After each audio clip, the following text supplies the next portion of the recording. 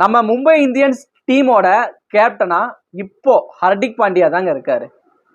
Rohit சர்மாவை Mumbai Indians team கேப்டன்ல இருந்து தூக்கிட்டாங்க. அதுக்கு மெயினான காரணமே ரோஹித் சர்மாவை தூக்குனதுக்கு மொத்த காரணமும் சச்சின் டெண்டுல்கர் தான். தெரிஞ்சு போச்சு. சச்சின் டெண்டுல்கரோட பையன் இருக்கான்ல, அர்ஜுன் டெண்டுல்கர், அந்த பையனும் அதே மும்பை இந்தியன்ஸ் டீம்ல தான் இருக்கிறான். ரோஹித் சர்மா இந்த அர்ஜுன் டெண்டுல்கருக்கு நிறைய டார்ச்சர் கொடுத்திருக்காரு, பயங்கரமா திட்டி இருக்காரு. அந்த அர்ஜுன் டெண்டுல்கர் போய் அவங்க அப்பன் சச்சின் டெண்டுல்கர்ட்ட போயிட்டு சொல்லிட்டான், இந்த மாதிரி ரோஹித் சர்மா என்ன அப்படி பண்றாரு, இப்படி டார்ச்சர் கொடுக்குறாரு, இப்படி திட்டுறாரு அப்படின்னு போய் சொன்னதுனால சச்சின் டெண்டுல்கருக்கு கோவம் வந்து உடனே அம்பானிக்கு போனு, ரோஹித் சர்மா இனிமேல் மும்பை இந்தியன்ஸ் டீமோட கேப்டனா இருக்கக்கூடாது அப்படின்னு சொன்னதுக்கு அப்புறம் ரோஹித் சர்மாவை கேப்டன்சிலிருந்து தூக்கிட்டாங்க, ஹர்திக் பாண்டியாவை போட்டாங்க.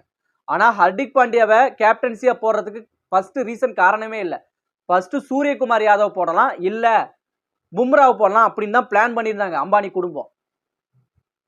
ஆனா சூரியகுமார் யாதவும் பும்ராவும் தான் ரோஹித் சர்மாவுக்கு அவ்வளோ க்ளோஸ். அதனால அவனுக்கு எப்படி போடுறது அப்படின்னு ஹர்திக் பாண்டியாவை போட்டாங்க. இது வந்து ஒரு ரீசனா. ரெண்டாவது ரீசனு, மும்பை இந்தியன்ஸ் டீமுக்கு ஒரு நல்ல கேப்டனா, ஒரு வயசான ஆளா இல்லாம ஒரு நல்ல யங் பிளேயரா வேணும் அப்படிங்கிறது ரெண்டாவது ரீசன். மூணாவது ரீசன், ஹர்திக் பாண்டியா தான் இந்த குஜராத் டைட்டன்ஸ் அப்படிங்கிற ஒரு டீம் ஆரம்பிச்சு ஃபர்ஸ்ட் மேட்ச் ஃபைனல்ல ஜெயிச்சிட்டான், கப் வாங்கி கொடுத்துட்டான். ரெண்டாவது மேட்ச் ஃபைனலுக்கு வரையும் கூட்டு போயிட்டான். அப்படிங்கிறதுனால இந்த பிளேயர் தான் கரெக்டா இருக்கும் அப்படின்னு கெஸ் பண்ணி தூக்குனது தாங்க ஹர்திக் பாண்டியா.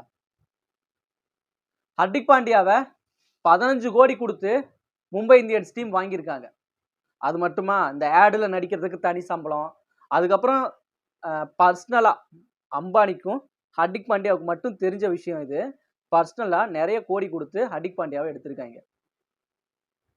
ஆரம்பத்துல மும்பை இந்தியன்ஸ் வந்து மாயாண்டி குடும்பத்தார் போல இருந்ததுங்க, அவ்வளவு ஒத்துமையா இருந்தானுங்க பிளேயர்ஸ் எல்லாருமே.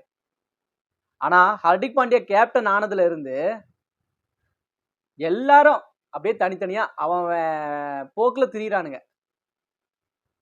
இப்ப கூட பார்த்துருப்பீங்க, இந்த குஜராத் டைட்டன்ஸ் மும்பை இந்தியன்ஸ் இந்த டீமுக்கு ஆப்போசிட்ல நிறைய பிரச்சனை நடந்துச்சு.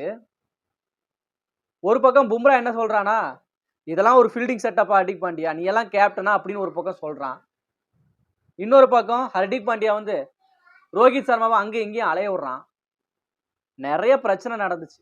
அதுக்கப்புறம் மேட்ச் முடிஞ்சதுக்கு அப்புறம் ஹர்திக் பாண்டியாவை ரோஹித் சர்மா திட்டிருக்கான், திட்டி அட்வைஸ் கொடுத்துருக்கான், இப்படின்னு நிறைய பிரச்சனை நடந்துச்சு. என்னதான் இருந்தாலும் ஒரு ஃபர்ஸ்ட் ஒரு டீமை ஓபன் பண்ணி அதுல கப்பு வாங்கி கொடுத்து ரெண்டாவது ஃபைனலுக்கு வரையும் கூட்டு போய் அந்த மேட்ச்ல தோக்குற அளவுக்கு டேலண்ட் ஹர்திக் பாண்டியாட்ட இருக்கு. அதனாலதான் மும்பை இந்தியன்ஸ் 15 கோடி கொடுத்து அவனை வாங்கியிருக்காங்க. சரி, இப்படிலாம் இருக்கும் பொழுது இந்த 3 ரீசன், ஒன்று சச்சின் டெண்டுல்கர் பையனை திட்டினது தான், ரெண்டாவது வயசு கொஞ்சம் அதிகமாயிடுச்சு ரோஹித்துக்கு, மூணாவது ஒரு யங் பிளேயரா வேணும் அப்படிங்கிற ரீசனால தான் அம்பானி குடும்பம் ஹர்திக் பாண்டியாவை எடுத்திருக்காங்க. பொறுத்திருந்து பார்க்கலாம் இந்த 2024 IPL யார் கப்பு ஜெயிக்கிறாங்க.